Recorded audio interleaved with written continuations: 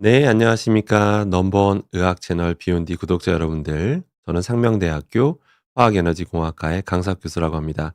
만나서 반갑습니다. 제가 일주일 만에 다시 오게 됐는데요. 또 오늘도 여러 가지 유익한 내용 많이 갖고 왔으니까요. 많은 도움이 되길 바라겠습니다. 그리고 요새는 정말 낮에는 살짝 더운 것 같기도 한데요. 또 밤에는 또 쌀쌀한 것 같습니다. 요즘 같은 환절기에 감기 걸리지 않도록 항상 감기 조심하시기 바라겠습니다. 오늘 내용은요.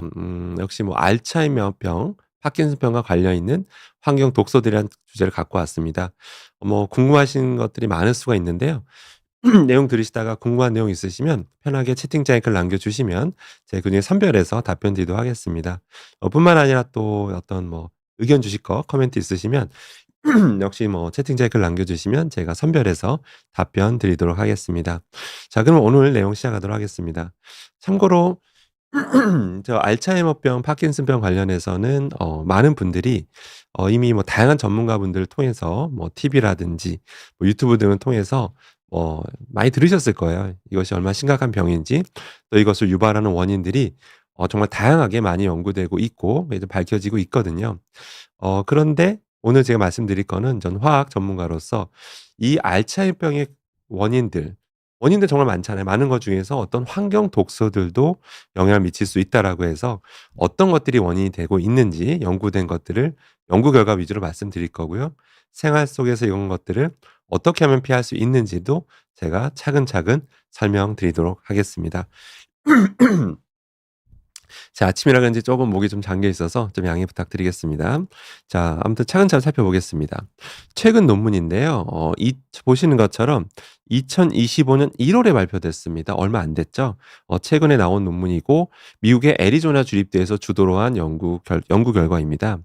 연구 배경을 좀 살펴보면요. 주요 신경퇴행성 질환이라고 하면 이 세 가지를 많이 꼽는다고 알려져 있죠. 알츠하이머병, 뭐 파킨슨병, 근위축성 측상 경화증이라고 하죠. ALS라고 하는데요. 이 세 가지를 유발하는 원인들이 이제 계속 연구되고 있는데 이 연구진은 혹시 환경 독성, 우리가 은연중에 뭐 여러 가지 경로로 우리 환경 독소에 노출되잖아요. 아까 이제 우리 송하이 님께서 미세먼지도 말씀해 주셨는데요. 미세먼지도 환경 독소죠. 그런 것 통해서도 우리가 노출되고 있고, 그다음 가장 많이 노출되는 게 먹는 거죠. 우리는 안 먹을 수 없잖아요. 그죠? 예. 당연히 먹다 보면 혹시 그 음식물이 오염이 돼 있다면 당연히 그걸 통해서도 우리는 환경 독소, 다양한 환경 독소에 영향을 받을 수밖에 없겠죠. 그래서 또 후성 유전학적 변화의 어떤 연관성을 분석한 그런 연구다라고 보시면 되겠습니다. 그래서 이 연구진은 어떻게 하냐면요. 그냥 본인들이 어떤 뭐 그냥 동물 실험한 게 그게 아니라 기존에 최근에 연구된 것들이 있습니다. 무려 69편의 어떤 연구 실험을 기반으로 한 연구 논문들이 있는데 그 연구 문헌을 검토합니다. 분석을 해요. 69편을 다 분석해 봐서 어떤 공통점을 찾게 됩니다. 그래서 실제 공통점이 뭐였냐면 무려 127개, 12개도 아니고 무려 127개의 환경 독소와 앞서 말씀드린 뭐 알츠하이머병, 뭐 파킨슨병과 실제로 관련이 있다라는 것을 밝혀냅니다. 한마디로 환경 독소에 많이 노출된 사람이 알츠하이머병에 걸릴 가능성이 높다라는 거죠. 그렇기 때문에 그런 분들이 상대적으로 또 치매에 걸릴 확률이 높아지는 거겠죠.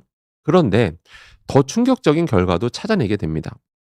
그 127개 중에서 특히 네 가지, 이 네 가지가 뭐냐면 비소, 카드뮴, 망간, 수은, 이 네 가지는 앞서 말씀드린 세 가지 질환과 모두 관련이 있다는 거를 이 연구진이 최초로 확실히 정리하게 됩니다. 그러니까 한마디로 카드뮴에 많이 노출된 사람일수록 알 그렇지 않은 사람들보다 알츠하이머병에 걸릴 가능성이 높다라는 거예요. 뿐만 아니라 파킨슨병에 걸릴 확률이 높고 근위축성 측상경화증에 걸릴 확률도 높아지는 거죠. 그래서 실제 저것들 아마 카드뮴과 수은 정도는 여러분들 구독자님들도 한 번은 좀 들어보신 많이 친숙한 그런 화학 원소일 겁니다. 그래서 아무튼 이 네 가지에 최대한 노출되면 안 되는 건데요. 제가 오늘은 여기 보면 망간이라고 나와 있는데 망간에 대해서 오늘 얘기 말씀드리지 않고 이거는 나중에 별도의 주제로 제가 빼서 나중에 자세히 설명드리고 오늘은 비소, 카드뮴, 수은 관련해서 좀 말씀드리도록 하겠습니다. 참고로 이런 것들이 근데 우리 몸에 들어왔을 때 잘 배출이 될까요? 잘 배출이 된다면 전 세계적으로 아무도 신경을 안 썼겠죠. 그렇지 않습니까? 먹었는데 한 며칠 지나면 다 배출이 돼요, 변으로. 그러면 아무도 신경 안 쓰겠죠. 그런데 안타깝게도 저런 것들이 우리 몸에 들어오면 배출이 잘 안 됩니다. 꽤 오랜 시간 머물거든요. 그러면서 독소를 일으키기 때문에 전 세계적으로 특히 선진국 위주로 이런 것들을 최대한 노출이 안 되게끔 관리하고 있다라고 보시면 되고요. 당연히 우리나라도 뭐 식품이라면 식품별로 어떤 기준치를 정해 놔요. 카드뮴은 특정 농도를 넘으면 안 된다. 수은은 특정 농도를 넘으면 안 된다. 이런 식으로 기준치를 정해서 관리하고 있습니다. 기준치를 왜 정해 놓냐면요. 사람마다 평균적으로 먹는 양이 있잖아요. 평균에 맞춰서 사람들이 먹는 양이 요만큼 있다면 그러면 특정 어떤 식품들을 특정 농도로 관리하면 이만큼 먹어도 우리 몸에 들어와도 이 정도는 괜찮다. 예 또 왜냐면 시간이 또 빠지는 것도 있으니까 그렇게 해서 전 세계적으로 관리하고 있다라고 보시면 되겠습니다. 자 그런데 이제 제가 앞서 말씀드린 대로 비소, 카드뮴, 수온에 대해서 말씀드릴 건데 근데 추가적으로 좀 더 여러분들이 좀 눈여겨보셔야 될 게 뭐냐면 납도 있습니다. 납도 한번 좀 들어보셨죠? 이것도 중금속인데요. 실제 납에 대한 독성 연구는 정말 역사가 깁니다. 너무나 많은 이제 연구 결과들이 있는데요. 특정 유전자의 이제 과메틸화 현상을 일으킨다라고 알려져 있어요. 영어로는 하이퍼메틸레이션이라고 하는데요. 이걸 우리 몸에서 이제 이런 현상을 일으키는 거예요. 그러다 보니까 결과적으로 구체적인 메커니즘 모르셔도 되고요. 신경세포 손상을 일으킨다고 알려져 있고 또 퇴행을 촉진한다고 알려져 있습니다. 저 납도 중금속인데요. 저런 중금속 납에도 최대한 노출되면 안 되겠죠. 아니나 다를까 그러다 보니까 결과적으로 치매를 유발할 수 있는 알츠하이머병의 진행에 영향을 준다라고 알려져 있습니다. 다만 납은 이 중금속 납은 파킨슨병과는 관련이 없다. 어떤 큰 연관성이 있는 건 찾지 못했어요, 연구진이. 예 그동안 나온 걸 분석해 보니까. 근데 알츠하이머병과는 확실히 관련이 있다. 그러니까 한마디로 왜 전 세계적으로 관리를 하는지 쉽게 이해가 되실 겁니다. 자 그러면 이제 차근차근 하나 살펴볼 건데요. 먼저 그 처음에 비소가 관련이 있다라고 되어 있었죠. 비소, AS라고도 합니다, 저희는. 이 비소에 대해서 한번 살펴볼게요. 먼저 비소는 두 가지가 있습니다. 유기비소가 있고 저희는 무기비소라고 또 부르는 게 있어요. 여긴 화학 시간이 아니니까 그냥 그렇게만 기억하시면 됩니다. 보통 그냥 비소라고 딱 나오면 유기비소인가? 뭐 이렇게 생각할 수도 있는데 보통 막 정부에서 "위험합니다." 막 이런 얘기 막 강조하면요. 그냥 일반 비소가 아니라 보통 무기비소를 지칭하는 경우가 많습니다. 그래서 그것도 좀 구별해서 좀 보셔야 됩니다. 가끔 이게 신문 기사나 이런 거 보면 거의 구별 없이 이게 기재도 하고 있는데 냉정히 따지면 유기비소와 무기비소가 있다라는 거고요. 지금 화면에 보이시는 건 유기비소를 의미하는 겁니다. 자 보시면 자 당연히 우리 식품을 통해서 많이 노출되는데요. 뭐 농산물, 축산물, 수산물, 가공식품 네 가지 측면에서 봤을 때 한번 일일 노출량을 봐 보세요. 보시면 우리가 이제 식품을 통해서 비소에 노출되게 되면 어떤 걸 통해서 가장 많이 노출이 되죠? 바로 수산물입니다. 보시는 것처럼 농산물 대비 뭐 축산물 대비 훨씬 높죠. 예. 수산물을 통해서 가장 많이 일반 유기비소에 노출이 된다. 이렇게 보시면 되는 거고요. 실제 노출 기여율입니다. 누가 가장 노출에 기여하는가? 유기비소 측면에서 보면 보시는 것처럼 수산물이 압도적이죠. 55%가.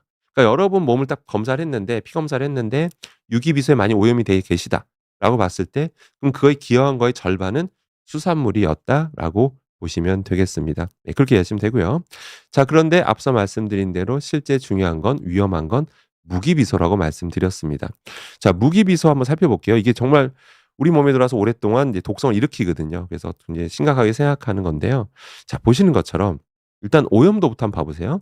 이게 정부 자료입니다. 제가 실험한 건 아닙니다. 그리고 우리나라 자료입니다. 참고로 우리나라 자료입니다.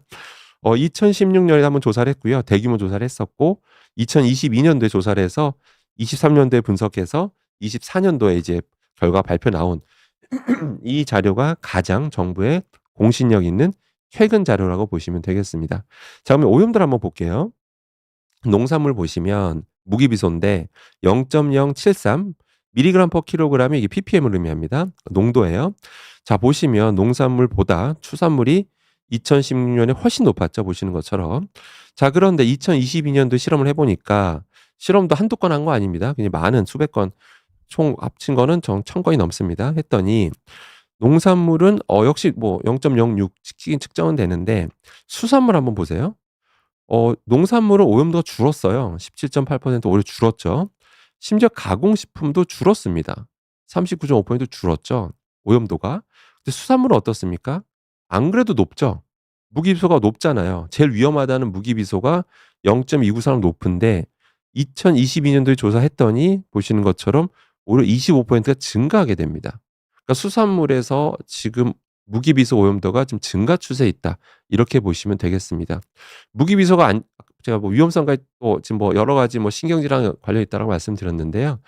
여러분 무기비소는 그냥 발암 물질입니다. 예, 이렇게 이해하시면 됩니다. 그냥 발암 물질이다.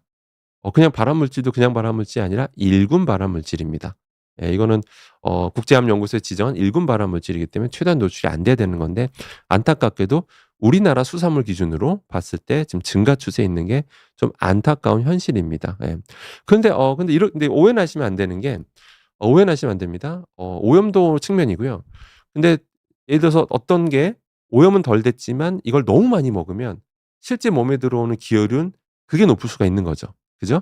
예, 오염이 낮지만 그걸 너무 많이 먹으면 그래서 실제 노출 기여율로 보면 농산물 중에서 곡류, 쌀류가 오히려 노출 기여율은 더 높아요. 수산물보다. 왜냐면 우리가 평소에 쌀을 뭐 많이 먹잖아요. 그러다 보니까 기여율이 높은 건 맞습니다. 근데 다만 정부에서도 크게 신경 안 쓰는 게 쌀은 뭐라고 하냐면 "요즘 쌀 안 먹지 않냐." 소비량 자체가 줄고 있기 때문에 크게 정부는 신경 안 쓰고 있습니다. 안 써도 되는지 모르겠는데 아무튼 별로 신경 안 쓰고 있고 그나마 다행인 거는 평균 오염도 자체가 줄어들고 있어요, 다행히도. 다행인 거죠. 여러 가지 또 그래도 관리하고 이러니까 줄어들고 있다라는 게 팩트고 다만 수산물은 지금 증가 추세라는 것을 여러분들은 꼭 기억하시기 바라겠습니다. 자, 그래서 한번 1차 정리를 한번 해 보겠습니다.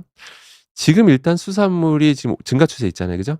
아직은 기여율 측면에서는 공유를 따라가지 못하지만 그래도 지금 오염 추세라는 건 좀 눈여겨 보셔야 되고요. 그래서 이 무기비소 측면에서만 봐도 또 카드뮴 발암물질인 또 카드뮴 측면에서 봐도 수산물 섭취는 좀 약간 섭취량을 좀 조절하시는 게 좋습니다.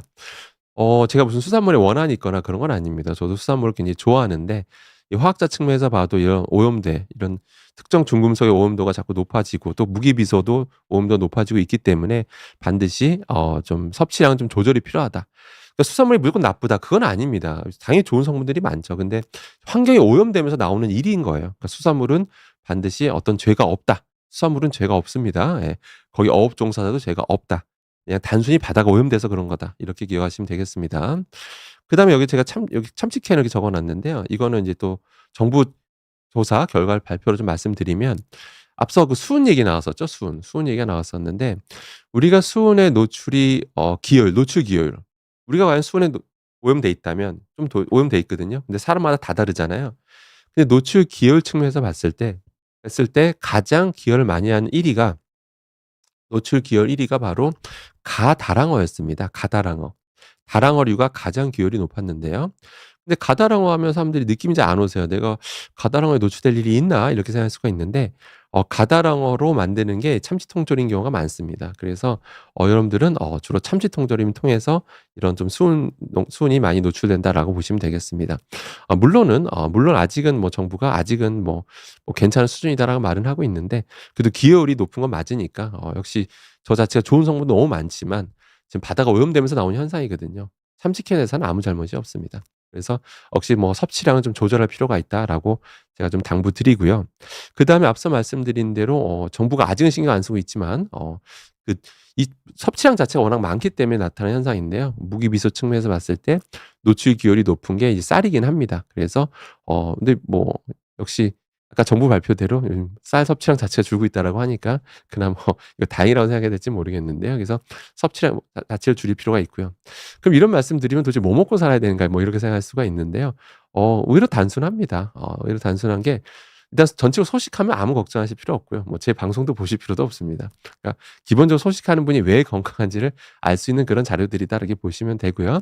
그다음에 야채, 채소, 과일 오히려 그쪽 비율을 좀 높이시는 게 그러면 전체 식단에서 야채, 채소 비율을 높이세요. 그러면 아무 문제 없다라고 이제 보시면 되겠습니다.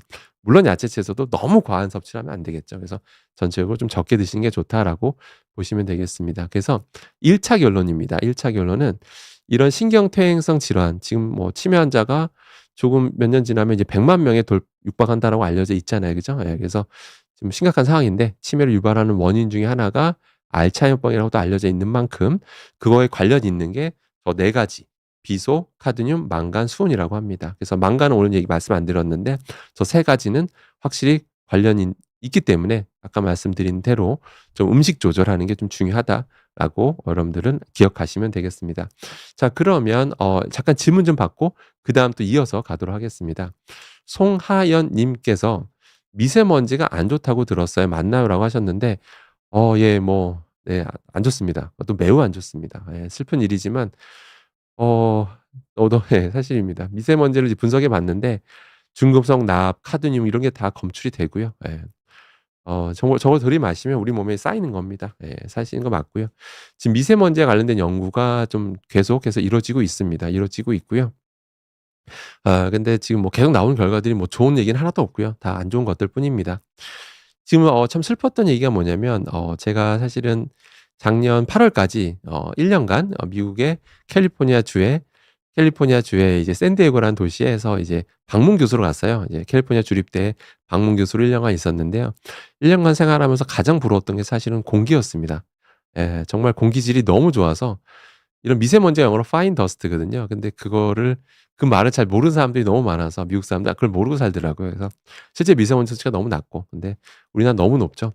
일단 미세먼지의 원인은 크게 두 가지로 현재 알려져 있는데 한 절반은 이제 국내에서 발생하는 거, 절반은 이제 외부 중국이죠. 그쪽에서 넘어오는 것들이 이제 주 원인이라고 알려져 있는데 중국은 더 심각하더라고요. 예, 정말 중국 너무 심각해서 그때 뭐 나온 자료들을 보면 중국 사람들은 더 어떻게 사나 싶을 정도로 정말 심각한 상황이고요.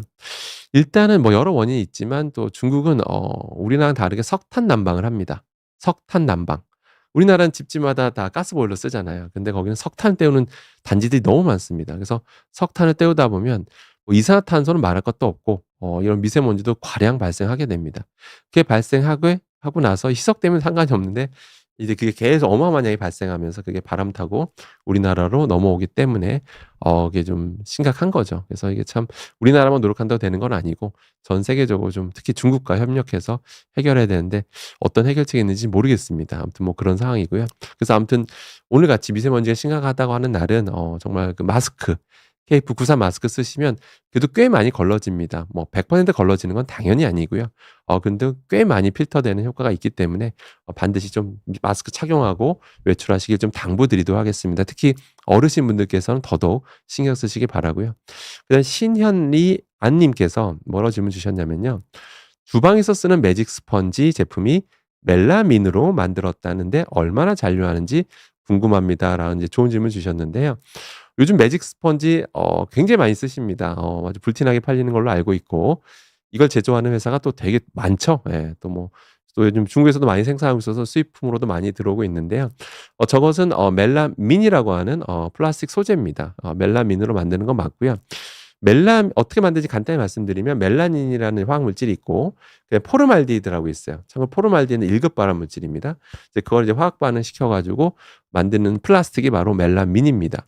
저게 너무 좋은 게 가벼워요. 너무 단단하고 그러다 보니까 뭐 식당에서도 많이 쓰이고 여러분들 뭐 우동 용기라든지 여러분들 중국집 가서 음식 드실 때 짬뽕 그릇 있죠? 그게 대표적인 멜라민이라고 보시면 되고 여러분들 그릇 뒷면 보시면 멜라민이라고 아예 적혀 있어요. 그래서 흔하게 접하게 되는 소재가 이제 멜라민인데 그 멜라민을 발포 과정을 거치게 되면 그 안에 이제 기공을 막 형성할 수가 있어요.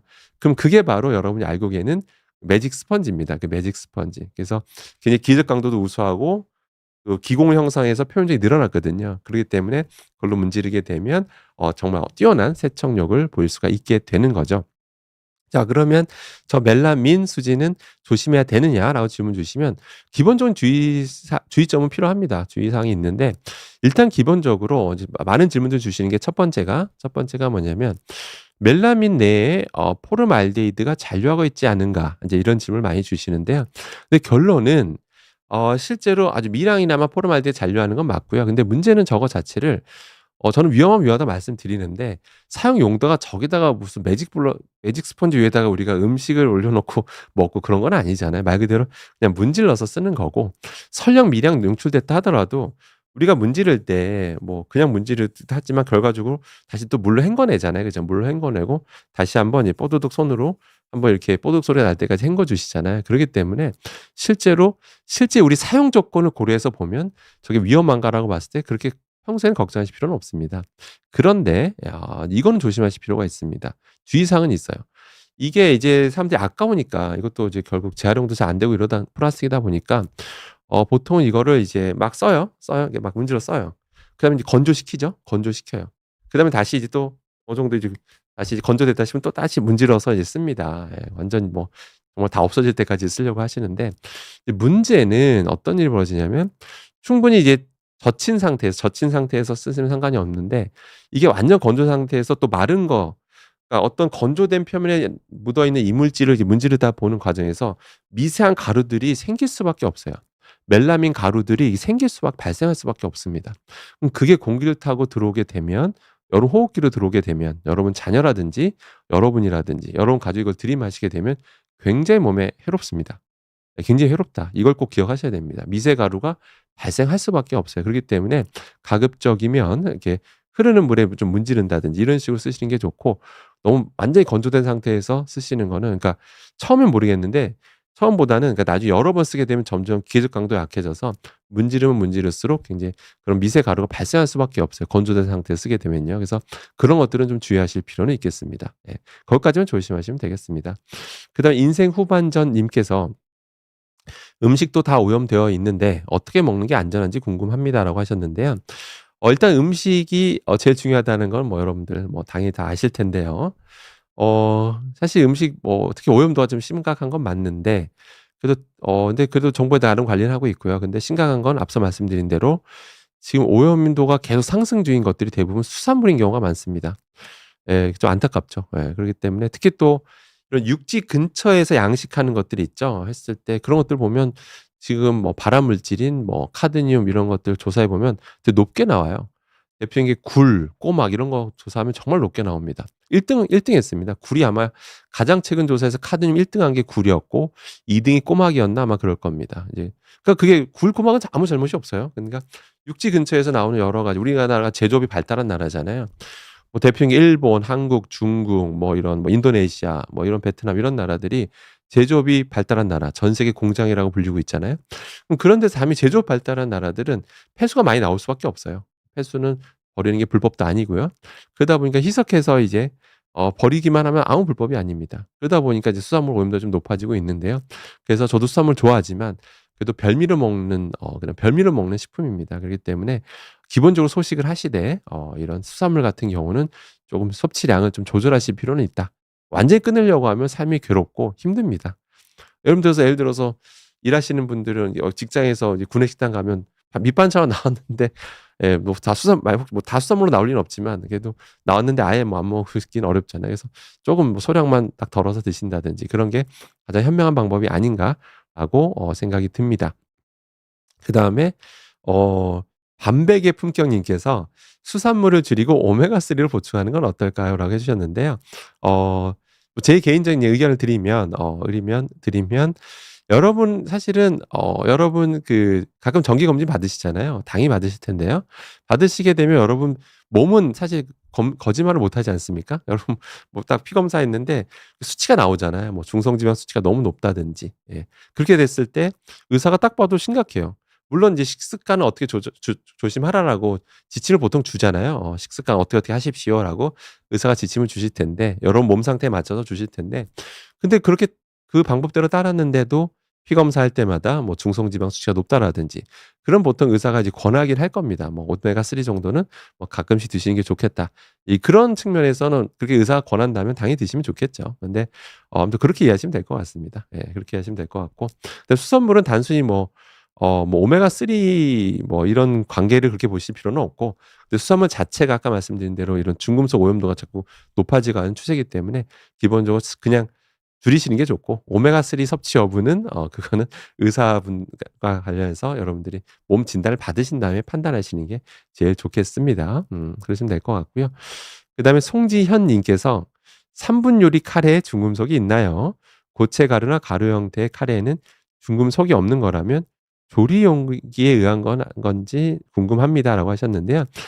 조리 용기 자체는 뭐 그 중금속 자체는 크게 걱정하실 필요는 없고요.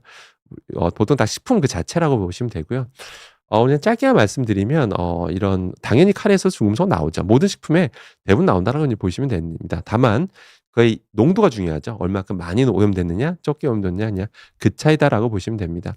그래서 저런 카레들은 뭐 향신료라든지 이런 것들에 대해선 나중에 조금 자세히 말씀드리도록 하겠습니다. 지금 짧게 말씀드리면 좀 오해를 불러일으킬 수 있기 때문에 그 관련해서 말씀드리도록 하겠습니다. 근데 그냥 일반적으로 뭐 드시는 거에 대해서는 크게 뭐 걱정하실 필요는 없습니다. 우리가 특정 향신료를 우리가 뭐 과량 약간 정말 향신료라는 게 약간은 뿌려서 약간 소량 첨가되어 있는 수준이기 때문에 그래서 그 자체는 뭐 그렇게까지 뭐 우려할 수준은 아닙니다. 그래서 나중에 이제 최근 정부 자료 기반으로 그런 향신료라든지 뭐 그런 것들은 별도로 한번 좀 말씀드리도록 하겠습니다.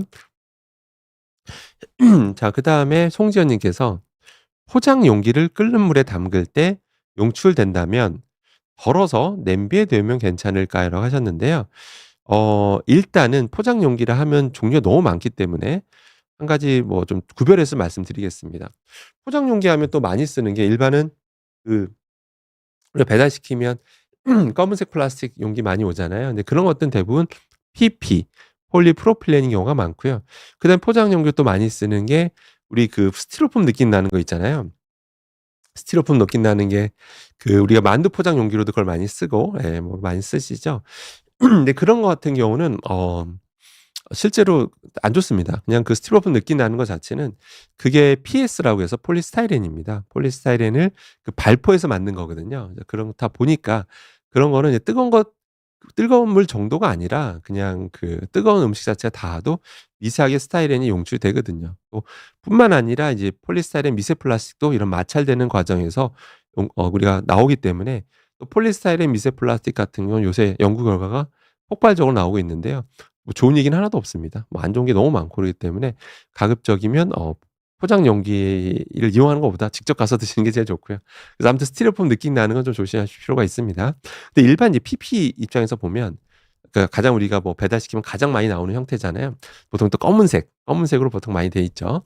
그래서 PP 같은 경우는 사실 그 자체로서 환경 호르몬이 나오지는 않습니다. 저도 뭐 몇 가지 가지고 실험도 해 봤는데 저 나오면 나온다고 말씀드리고 싶은데 안 나옵니다. 그래서 뭐 PP 자체가 사실 뭐 환경 호르몬이 안 나와요. 뭐 거기다 무슨 가소제 뭐 프탈레이트 가소제를 쓴다든지 뭐 그런 소재가 아닙니다. 그래서 그런 건 아닌데 다만 예전에 이제 미국에서 뭐가 논란이 됐었냐면 이제 재활용을 많이 하다 보니까 미국도 재활용 막 많이 하려고 하다 보니까 그런 어떤 전자제품에서 썼던 플라스틱을 재활용하는 과정에서 식품 용기로 넘어와 버린 거예요, 식품 포장 용기로. 그러다 보니까 전자제품에 난연제라는 걸 넣어야 되거든요. 그러니까 그 난연제 그 성분이 이런 포장 용기에서 나와 버린 거예요, 그 미국에서. 예 그런 일이 있었는데 우리나라는 아직 그게 지금 명확하게 밝혀지지는 않았습니다, 사실은. 예. 우리도 그런 전자제품에서 쓰였던 것들이 재활용 우리가 열심히 하다 보니까 식품 용기 쪽으로 넘어갔는지 여부는 식약처에서 공식 발표한 바는 없습니다. 그렇기 때문에 좀 지켜봐야 될 것 같긴 한데요. 그래서 근데 기본적으로 무슨 환경 오염이 나오거나 그런 건 아닙니다. 예. 그래서 때문에 근데 다만 이제 뭐 너무 여러 차례 쓰다 보면 미세 플라스틱 과량 발생하기 때문에 반드시 너무 재활용하려고 한다든지 그러지 않는 게 바람직하고요. 가급적이면 뭐 항상 제가 늘 말씀드리지만 그러니까 배달이나 이런 뭐 포장 이런 것보다는 직접 가서 드시는 게 가장 좋다라고 보시면 될 것 같습니다. 자 그러면 시간상 일단 또 많은 분들이 질문 주셨는데 그 질문 또 마지막에 받기로 하고 두 번째 주제로 넘어가 보도록 하겠습니다. 두 번째 주제인데요. 이번엔 해조류 톳에 대해서 한번 또 이어서 설명드리도록 하겠습니다. 해조류 톳 같은 경우는 아마 많은 분들이 좋아하실 겁니다. 또 좋아하시지 않더라도 식당 가면 뭐 이렇게 밑반찬 나오는 것도 있잖아요. 그러면 이 해조류 톳이 은근 많이 나옵니다. 예 은근 많이 나오고 또 집에선 또 톳밥이라고 해서 또 많이 드시기도 하죠. 또 톳에 영양 성분이 많습니다. 뭐 제가 굳이 설명 안 드려도 검색만 해 보셔도 다 나오고요. 그래서 정말 몸이 좋다 보니까 또 관련 전문가 분들께서 "아 이거 톳이 너무 좋으니까 뭐 슈퍼푸드다. 그래서 많이 드십시오." 라고 하는 얘기도 들어보셨을 겁니다. 그러니까 그 말 자체는 잘못된 말은 아니에요. 그만큼 톳에 좋은 성분이 많다는 뜻이니까요. 자 그런데 오늘 앞서 지금 무기비소 얘기를 계속 하고 있었잖아요. 이거 발암 물질이기도 하지만 또 이게 신경 퇴행성 질환과 관련이 있잖아요. 지금 이 무기비소는요. 좀 국제적으로 관심도가 굉장히 높습니다. 우리나라만 그런 게 아니라 국제적으로 이 무기비소를 관리해야 된다라고 지금 필요성이 계속 지금 급상승 중이고요. 아까 말씀드린 대로 이거는 1군 발암 물질입니다. 뭐 치매니 뭐니 이걸 떠나서 요거에 많이 노출되면 암 걸릴 가능성이 높아진다. 이렇게만 기억하시면 돼요. 예. 그만큼 명확합니다. 1군이라는 거는 사람한테 암을 일으키는 게 명확하다. 그래서 여러분들이 많이 이것에 노출되면 노출될수록 암에 걸릴 가능성은 굉장히 높아진다라고 보시면 되고요. 근데 충격적인 건 뭐냐면 이겁니다. 왜 이게 전 세계가 왜 관심이 많겠습니까? 이유가 있겠죠. 바로 이겁니다. 보통 우리가 이렇게 얘기하잖아요. "아니 적게 먹은 건 괜찮아." 뭐 이렇게 얘기를 하잖아요. 그런데도 불구하고 이 무기비소라는 게 워낙 잘 안 빠지다 보니까 장기간 저농도로 계속 노출되면 어떻게 돼요? 저농도로 계속 와도 정말 금미랑 와도 그게 계속 쌓이니까. 계속 쌓여 나간다는 거예요. 그만큼 배출이 안 되니까. 그러다 보니까 장기간 저농도 노출 시에도 암이라든지 신경계 손상뿐만 아니라 심혈관 질환 등의 위험이 증가합니다. 그러기 때문에 전 세계적으로 관리하는 거다라고 이제 여러분들 꼭 기억하시면 되고 무기비손 최대한 노출을 최소화해야 된다. 네, 이렇게만 기억하시면 되겠습니다. 자, 그래서 최근 자료 가지고 말씀드릴 건데요. 이 정부 최근 자료입니다. 정부 최근 자료인데 2024년 초에 발표된 보고서인데요. 우리가 이제 식품을 통해서 무기비소에 많이 노출이 되는데 보시는 것처럼 정부가 그룹 1으로 여기 보면 그룹 1이라고 나오죠. 그룹 1에 또 분류하는 식품이 있어요. 노출량이 평균보다 높은 거. 사실은 오염이 많이 돼도 노출이 많이 안 되면 그나마 괜찮잖아요. 그래서 노출량이 평균보다 이제 높은 걸 주의 있게 봐야 되는데 노출량이 평균보다 높은 게 있고 오염도도 그래요. 우리가 노출이 많이 돼도 오염도가 아주 낮으면 또 그게 별로 걱정이 되거든요. 그런데 노출량도 평균보다 높고 오염도도 평균보다 높고라고 나왔던 결과를 발표했는데 보시는 것처럼 해조류 중에서 토시였습니다. 토시 오염도가 보시는 것처럼 6.679, 675 ppm이었습니다. 굉장히 높게 나왔는데 이렇게 하면 좀 느낌이 잘 안 오십니다. 아, 이렇게 하면 저게 6.675가 높은 건지 낮은 건지 평균보다 높다고 하는데 이게 많이 높은 건지 느낌이 잘 안 오실 텐데요. 그래서 한번 비교해 드리도록 하겠습니다. 여러분이 일반적으로 섭취하시는 것과 어떤 차이가 있는지 살펴보겠습니다. 보시는 것처럼 제 일부만 갖고 와 봤습니다. 아까 6.675가 어느 정도 수준이냐면 보시는 것처럼 여기 사과 보이세요? 사과? 사과 보이면 사과 당연히 미량 오염돼 있죠. 근데 0.001 매우 낮죠. 그러니까 사과랑 비교해 보면 어떻습니까? 토시 사과 대비 6,675배입니다. 소고기랑 비교해 볼까요? 소고기랑 비교해 봐도 6,675배입니다. 또 돼지고기랑 비교해 볼까요? 돼지고기랑 비교해도 3,000배가 높습니다. 300배, 30배가 아니라 3,000배가 높습니다. 백미 같은 경우도 백미도 상대적으로 좀 높긴 해요. 백미가 좀 높긴 한데 백미랑 비교해 봐도 해조류 중에서 톳이 약 64배, 60배가 넘습니다. 심각하지 않습니까? 정말 그 정부에서조차도 너무 높아서 아마 놀랐던 것 같습니다. 그래서 아무튼 너무 높다. 해조류 톳이. 해조류도 종류가 많잖아요. 근데 유독 톳이 너무 높게 나온 거예요. 그래서 너무 신기했죠. 그래서 정부에서 콕 집어서 아예 그냥 보고서에 정리를 해 놨습니다. 예, 보고서에 나와요. "오염도가 너무 특이적으로 높다."라고 콕 집은 게 두 가지가 있습니다. 이 무기비소 측면에서 봤을 때 톳이 1 등이었고요. 2 등이 모자반이었습니다. 모자반도 아시죠? 톳이랑 좀 육안은 좀 비슷하게 생겼습니다, 외관은. 그 톳과 모자반을 정부에서 콕 집었다라고 꼭 기억하셔야 됩니다. 그다음에 문제는 오염이 많이 돼 있다 하더라도 이게 증가 추세가 아니면 괜찮잖아요. 또 아까처럼 이게 뭐 줄어드는 추세면 그다음에도 좀 줄어들 거라고 예상을 할 수 있잖아요. 근데 특이하게도 정부에서 또 콕 집었습니다. 뭐라고? "오염도 노출량이 현재 증가 추세에 있더라." 예전에 조사했을 때보다 가장 최근 조사한 게 "오염도도 증가하고 있고 노출량도 증가하고 있더라."라고 하는 게 바로 토시였습니다. 여러분들 충격적이죠? 이게 계속 증가하고 있어요. 이게 좀 약간 슬픈 예상을 좀 해 보자면 이게 실험 자체는 22 년도에 한 거거든요. 이제 발표는 24 년도에 초에 이제 개정된 보고서 나왔는데 이게 나중에 또 한 6 년, 7년 정도 지나면 할 텐데 2028 년, 2029 년에 아마 그때 다시 한번 실험을 할 것 같습니다. 하게 되는데 지금 이 추세면 그땐 더 증가할 가능성도 있습니다. 그러면 그때 그 6-7 년 뒤의 결과 보고 '아 이제 조심해야겠네.' 이런 생각하시는 것보다는 지금 증가 추세에 있으니까 가급적이면 이걸 의식하실 필요는 있겠죠. 그래서 무기비소만 한번 변화량 한번 살펴보겠습니다. 보시는 것처럼 무기비소는 앞서 말씀드린 대로 지금 수산물이 안 그래도 높은데 지금 평균 오염도가 수산물 자체가 좀 증가 추세에 있다라는 걸 꼭 기억하셔야 됩니다. 다른 건 농산물, 가공식품은 줄어드는 추세죠. 그러니까 전체 식품으로 봐서도 줄어든 추세예요. 그런데 지금 수산물은 지금 무기비소가 증가 추세에 있는데 그러니까 톳의 증가 추세에 있는 게 이상할 게 없는 거죠. 근데 톳은 안 그래도 높다라는 겁니다. 압도적 1 등인데 그조차 압도적 1 등이 더 높아지고 있는 게 지금 충격적인 상황이다. 이걸 여러분들이 꼭 기억하셔야 됩니다. 이건 해외 자료가 아니라 국내에서 일어나는 일이라는 거 꼭 기억하시기 바라겠습니다. 그럼 아마 이제 궁금하실 거예요. 아니 왜 해조류도 많은데 그중에서 왜 톳이 이렇게 높은가? 유독 높게 나오는가? 아마 이제 궁금하실 것 같은데요.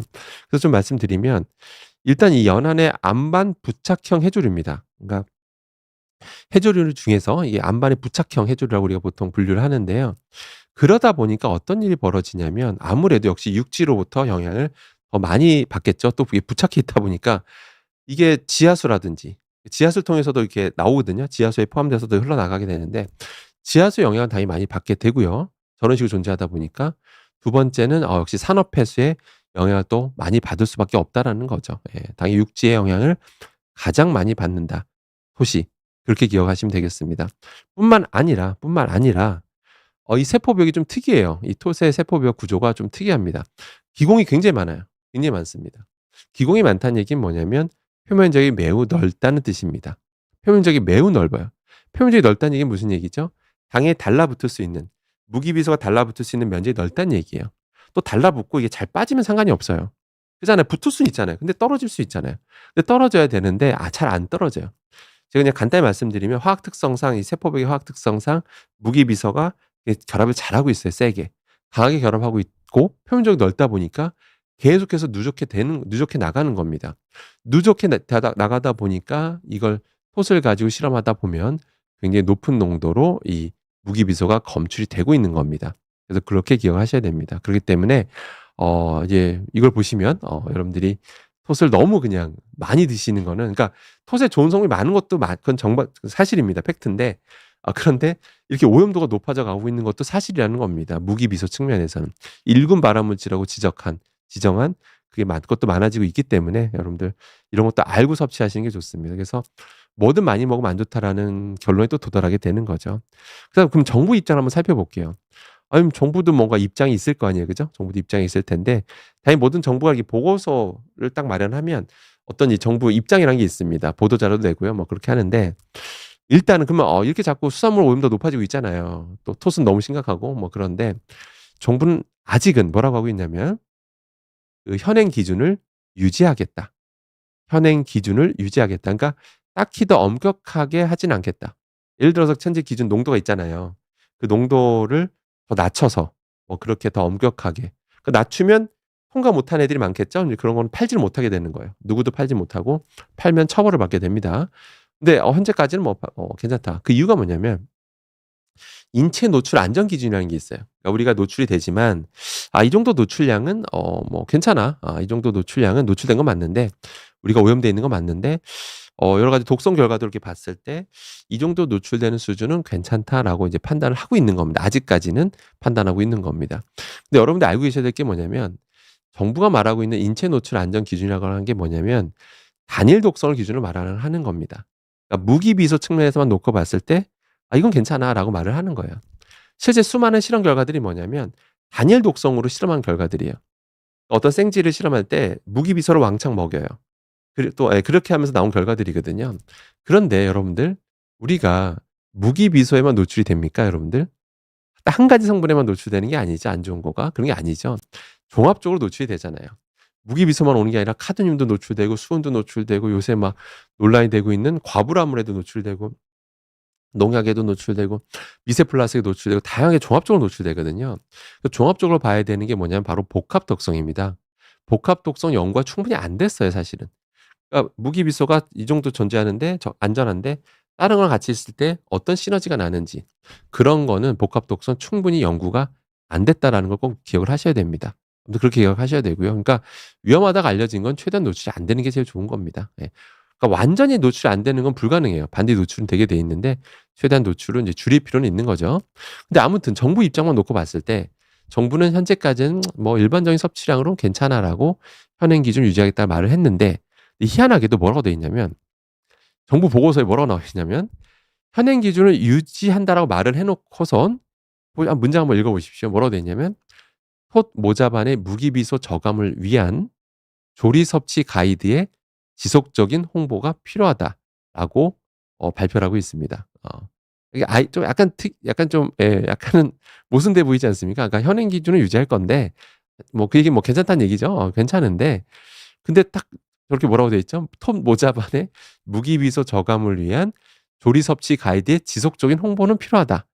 그러니까 이거를 사람들한테 주의는 시키겠다는 거죠. 예 주의는 시키겠다는. 그러니까 그 얘기는 뭐냐면 톱 모자반은 좀 심각하다라고 이제 보는 것 같아요. 왜냐하면 어 우리가 뭐 일반적인 노출량만 봐서는 뭐 괜찮다고 볼 수 있지만 톳은 너무 농도가 오염도가 심각하고 또 사람마다 이게 먹는 양이 다 다르잖아요. 지금 뭐 기준 유지하겠다고 하는 건 평균을 기준으로 말을 하는 겁니다, 평균. 이게 평균의 함정인데 사람이 여러분 평균이라는 건 말 그대로 평균인 거고요. 이게 얼마나 이 스펙트럼이 되게 다양하단 말이에요, 사람마다. 극단적 섭취자도 있고 많이 드시면 정말 많이 드시거든요. 제 뭐 정말 가까운 지인이신데 톱밥을 정말 사랑하시는 분도 계시고 그런 분들도 계시기 때문에 사람마다 이게 다 다르다는 거예요. 그러기 때문에 정부가 저런 내용을 내놓은 겁니다. 딱 이렇게 입장을 내놓은 겁니다. 톱 모자반 같은 경우는 무기위소 저감을 위한 어떤 섭취 가이드, 조리 가이드를 계속 발표해서 홍보하겠다.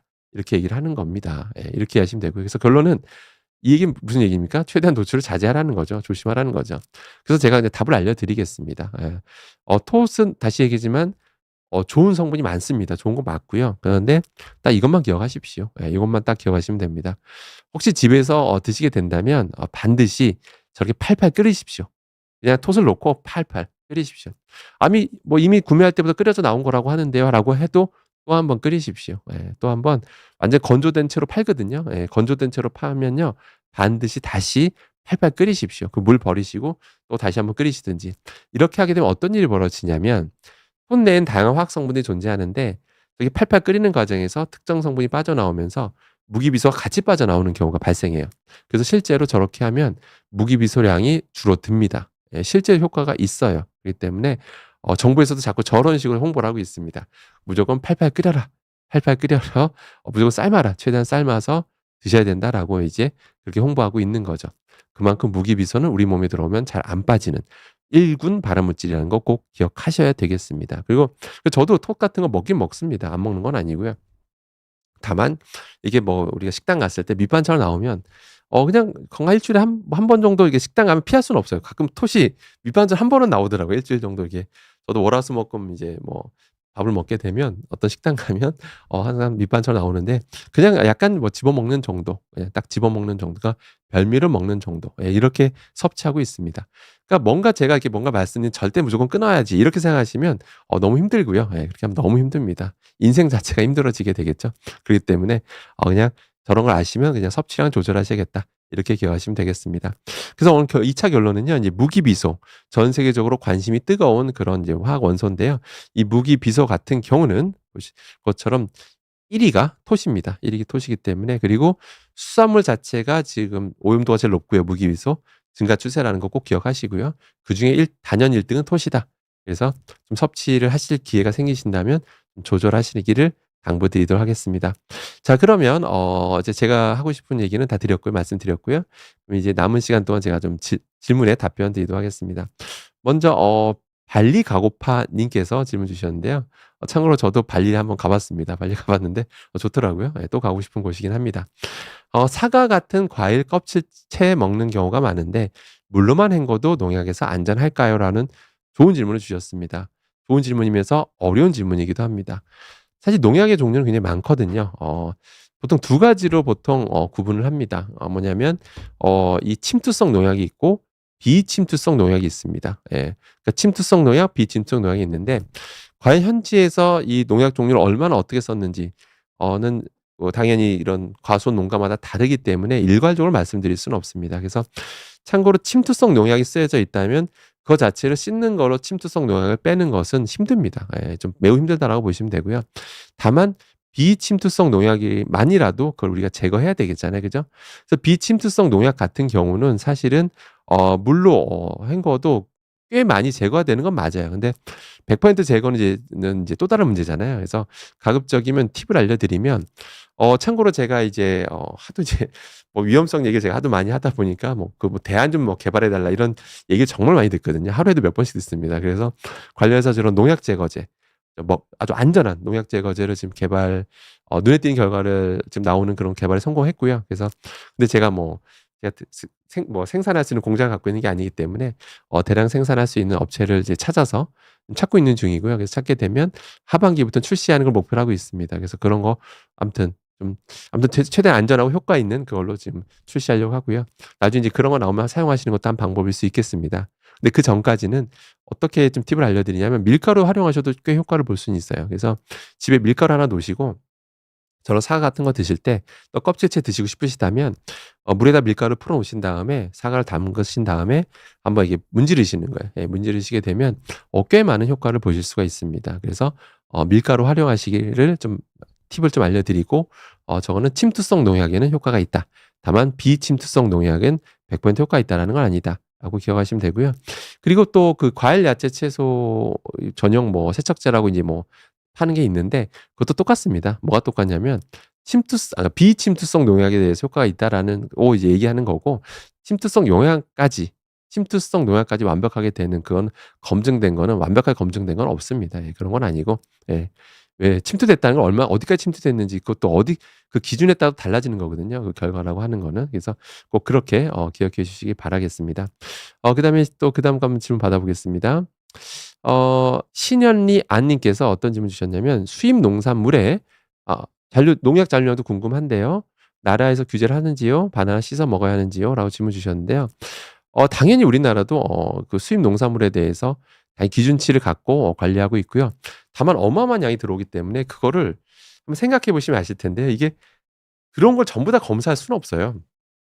그럴 인력도 없습니다, 사람들. 어마어마한 양이 들어오기 때문에 지금도 컨테이너 박스로 어마어마하게 들어오기 때문에 그 관리하시는 분들이 일부 이제 가끔씩 선별해서 검사를 하는 거예요. 이제 그렇게 이해하시면 되고. 그래서 이게 만약에 기준치 이상으로 검출됐다. 그럼 바로 보도자료 내고 뭐 이렇게 하는 거거든요. 조치를 취하고 있고. 그런데 당연히 농약을 안 쓰는 그런 건 요새 없고요. 아주 환경 오염이 심각하고 뭐 기후 변화 때문에 농약을 안 쓰고 키우기가 정말 어렵다라고 합니다. 예, 정말 어렵다라고 하고요. 그렇기 때문에 농약은 당연히 잔류한다고 보셔야 되고요. 당연히 가급적이면 대부분 다 씻어 드시기를 좀 권해 드리도록 하겠습니다. 그다음에 뭐 바나나 같은 경우는 일단 우리 껍질째 먹는 건 아니기 때문에 그다음에 벗기신 다음에 어차피 내용물만 드시는 거기 때문에 뭐 굳이 그다음에 바나나 드신 다음에 다시 한번 손 닦으시면 되는 거기 때문에 뭐 굳이 바나나 씻어 드셔야 된다라고 뭐 말씀드릴 필요는 없다라고 저는 생각이 듭니다. 그다음에 신현리 안 님께서도 질문 주셨는데요. 치약의 불소량이 1450 ppm이 안전하고 예방 효과 있는지도 궁금합니다라고 하셨는데요. 저거는 지금도 논란이 있습니다. 논란이 있다는 게 뭐냐면 전문가들한테 이제 물어보면 전문가마다 이게 다 한 반반으로 나뉘어요. 반반으로 나뉩니다. 그러니까 우리가 이제 치약이라는 게 쓰고 나서 뱉어내는 거잖아요. 그죠? 뱉어내는 건데 이제 뱉어내는 건데 저희 같은 이제 화학자들이 저런 치약을 개발하게 되면 당연히 뱉어낸다는 걸 전제하에 첨가하는 거예요. 저 불소라는 첨가물도. 당연히 우리가 먹는 건 아니잖아요, 치약이. 그죠? 네. 근데 다만 이게 또 잔류는 한단 말이에요. 잔류는 하기 때문에 언젠가 침을 통해서 삼켜서 넘어갑니다. 우리 몸으로 들어가게 되는 건 또 사실이고요. 그래서 지금도 좀 논란이 있어요. 뭐냐면 어떤 전문가들은 아니 치약 성분이 남아야 어느 정도 잔류해야 이게 충치 예방 효과가 나는 거다. 저게 진짜 아예 없어지면 치약 성분이 아예 다 사라지면 오히려 더 잘 썩을 수 있다. 이렇게 해서 어느 정도 남아야 된다라고 이제 주장하는 분이 있습니다. 그래서 그 남는 걸 전제하에 불소가 당연히 어느 정도 존재해야 된다라고 이제 보기도 하고요. 근데 또 다른 전문가들은 무슨 소리냐. 무슨 소리냐. 아니 이게 남아 있으면 결국 다른 음식물과 함께 넘어가게 되고 요새 계속 논란이 되고 있는 게 계속 연구되고 있는 게 복합 독성인데 저게 복합 독성 연구가 다 된 게 맞느냐? 다 된 거 아니거든요. 그건 맞는 말입니다. 예, 그러니까 그런 복합 독성이 완벽하게 돼 있는 게 아니기 때문에 과연 저거를 무조건 안전하다 보는 게 맞느냐라고 지금도 전문가들 의견이 달라요. 전문가들끼리도 의견이 다릅니다. 왜냐하면 명확히 결론이 안 난 게 복합 독성 연구가 명확히 밝혀진 건 아니거든요. 그렇기 때문에 참 그렇게 아무튼 그런 상황이다라고만 좀 이해하시면 될 것 같고 그래서 제가 굳이 조언을 드리자면 일단 기본적으로 이제 헹구는 거기 때문에 헹구는 거기 때문에 충분히 헹궈만 내시면 아주 미량 잔류하게 되는데 그 정도는 아직까지는 뭐 크게 걱정 안 하셔도 될 것 같습니다.